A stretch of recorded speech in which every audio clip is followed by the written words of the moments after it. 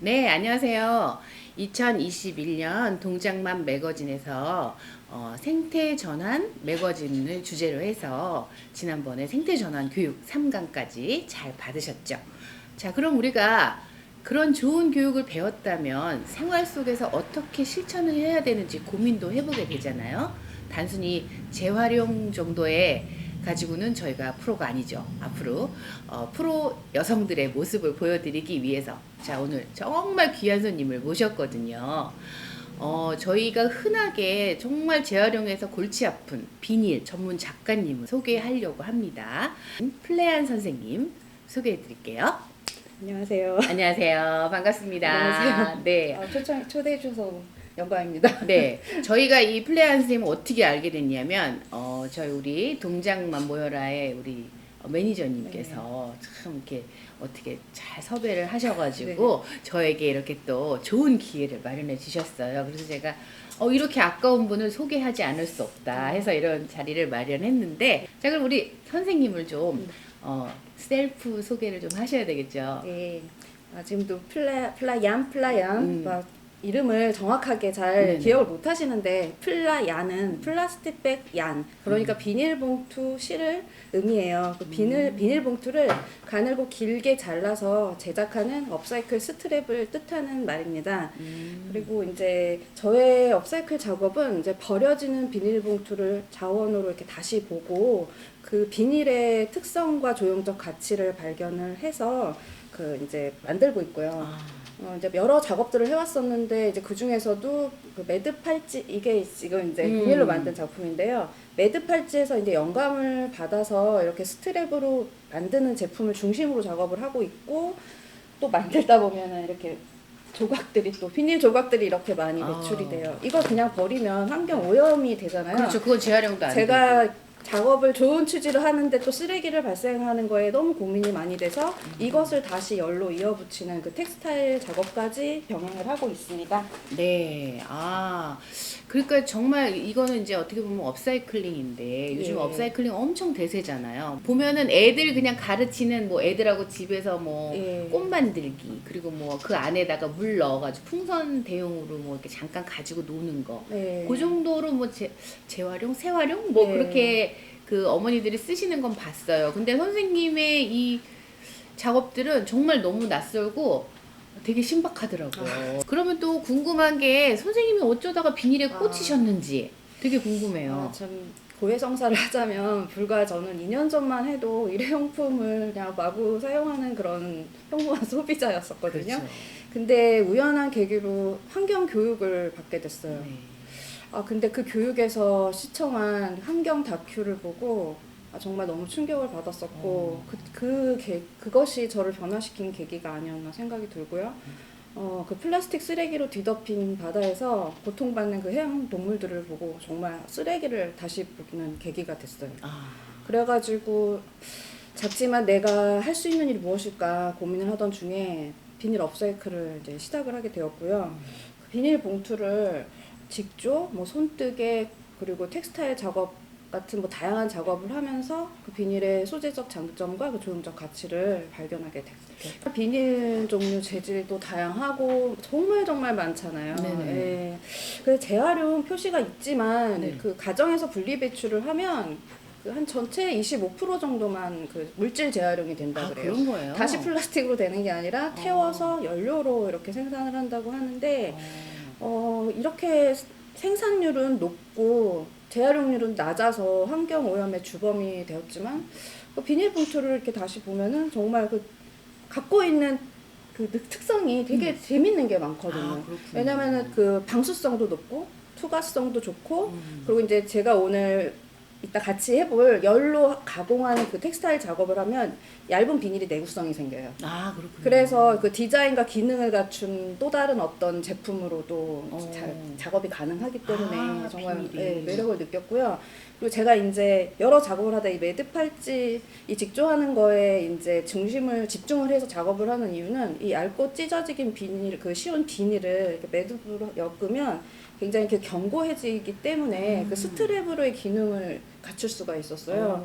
그리고 이제 비닐이 물하고 오염이 되게 강하잖아요. 그렇죠. 네, 절대 색깔도 안 변하고 변형이 안 돼요. 그러니까 이런 장점을 이 어떻게 환경적으로 생각하면은 이제 그 단점으로 봐서 얘가 썩지 않아서 안 없어진다고 막 미워하고 싫어하지만 그런 부분을 장점으로 저는 보고 이렇게 스트랩에 정말 적합한 소재구나라고 그렇게 이제 느끼고 작업을 하고 있습니다. 아, 그렇습니다. 네, 그냥 비닐을 다양하게 그냥 막 사용을 해봤는데 네.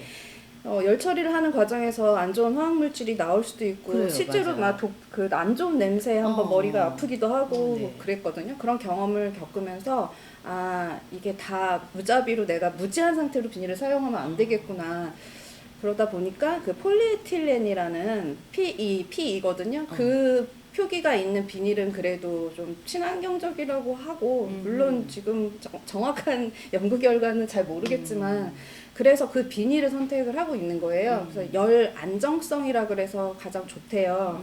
그리고 이제 PE는 HDP라고 하는 고밀도 폴리에틸렌, LDP라고 하는 저밀도 폴리에틸렌 이렇게 두 가지로 나눠져서 있고 저는 그 두 가지를 중심으로 사용을 하고 있는데 물론 앞으로는 그 이제 복합 재질로 되어 있는 아더라는 게 있어요. 그죠. 이런 셀포대로 제가 만든 셀포대로 만든 파일이에요.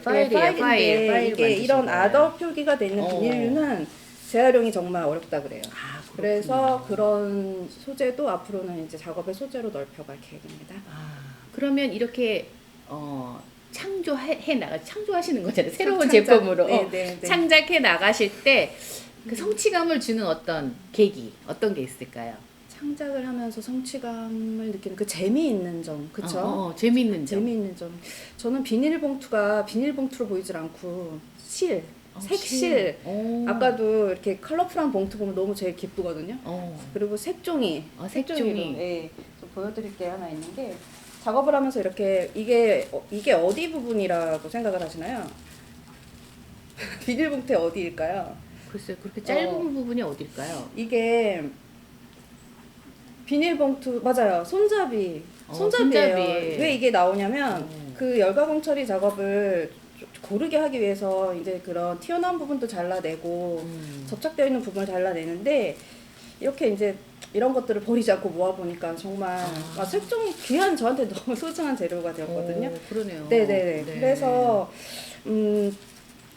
이렇게 이제 다양하게 이제 쓰일 수가 있는데 저는 비닐을 구입을 하지 않고 이제 버려지는 비닐을 수거를 받고 모아서 작업을 하다 보니까 예, 그 이제 가끔 이렇게 이제 모여진 것들 중에서 특별한 비닐봉투를 이제 발견했을 때 너무너무 이제 즐겁고요. 행복하시구나. 행복하죠. 오늘 희귀태 먹었다. 최고다 이제 이러는데 근데 이제 그만큼 수거 부분이 많이 이제 제일 어려운 부분이에요.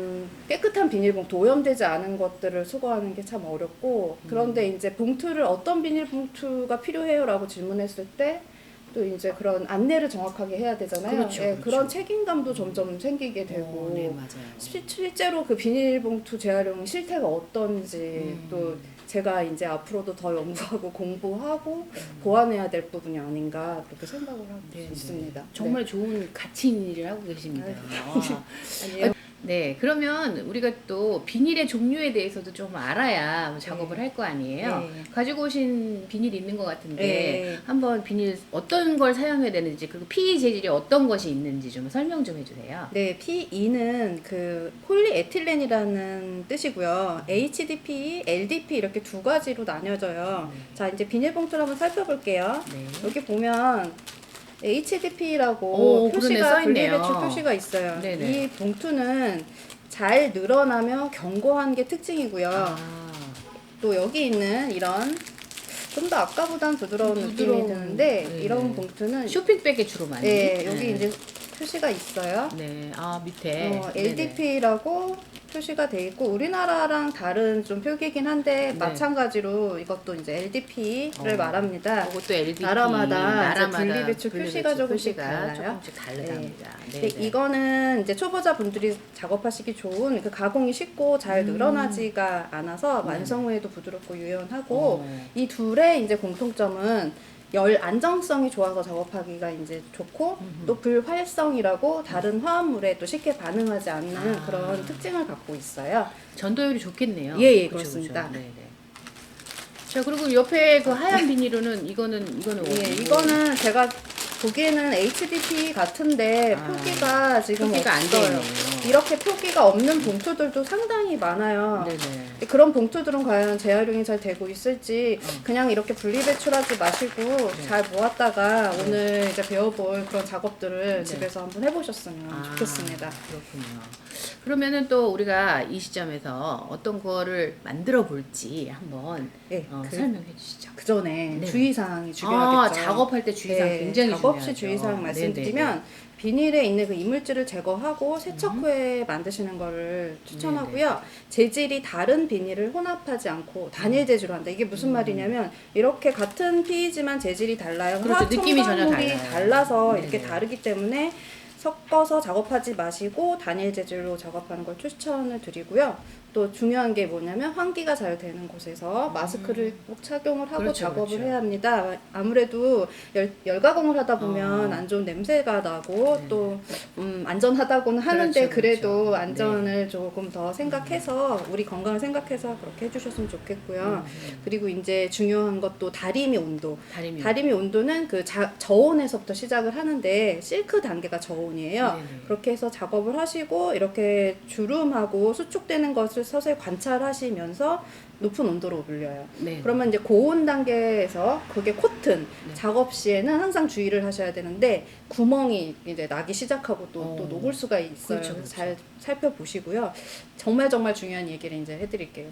이제 플라스틱은 불에 닿으면 절대 안 돼요. 그게 무슨 말이냐? 불에 타면 그때부터 다이옥신과 같은 그렇죠. 안 좋은 물질이 네네. 나와요. 네. 이게 플라스틱의 성질인데 저희가 하고 있는 건 태우는 작업이 아니라 열로 지금 녹이는 작업을 하는 녹이는 거예요. 작업입니다. 열로 녹이는 거는 안전하고요. 그 대신 이제 불을 태우면 오래 다리미를 이렇게 올려둔다고 하면 탄다는 거예요. 그때부터 네네네. 정말 주의를 해주셔야 되는 부분이니까 유의를 해주셨으면 좋겠고요. 네. 이제 끝나면 네. 작업이 끝나면 그때 열을 좀 식히고 트레이싱지를 펼쳐서 네. 결과물을 확인하시면 되겠습니다. 자, 여러분, 백문이 불여일견이라고 했습니다. 배워봐야겠죠. 직접 해보는 것이 가장 좋은 수업이거든요. 자, 그럼 선생님 한번 따라 해보는 시간 네. 가져보겠습니다. 네.